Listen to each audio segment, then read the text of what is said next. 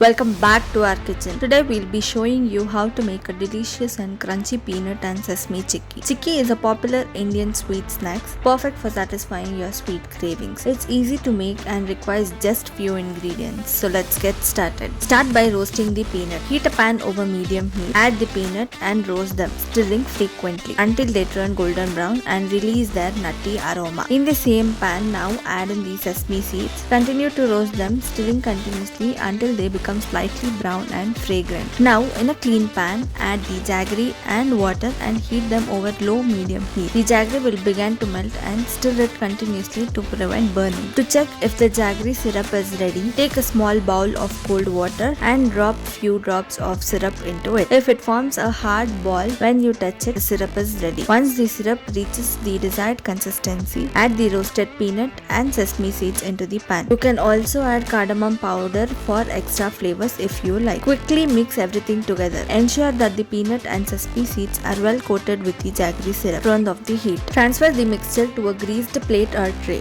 You can use a greased rolling pin to flatten the mixture evenly or simply press it with the back of a spoon. While the mixture is still warm, use a knife to cut it into square or diamond shaped pieces. Be careful as it will be hot. Let the chikki cool down and harden. There you have it. Delicious and crunchy peanut and sesame chikki ready to enjoy. It's a perfect snack for festivals, special occasions or whenever you have a sweet craving. Store the chikki in an airtight container to keep it fresh.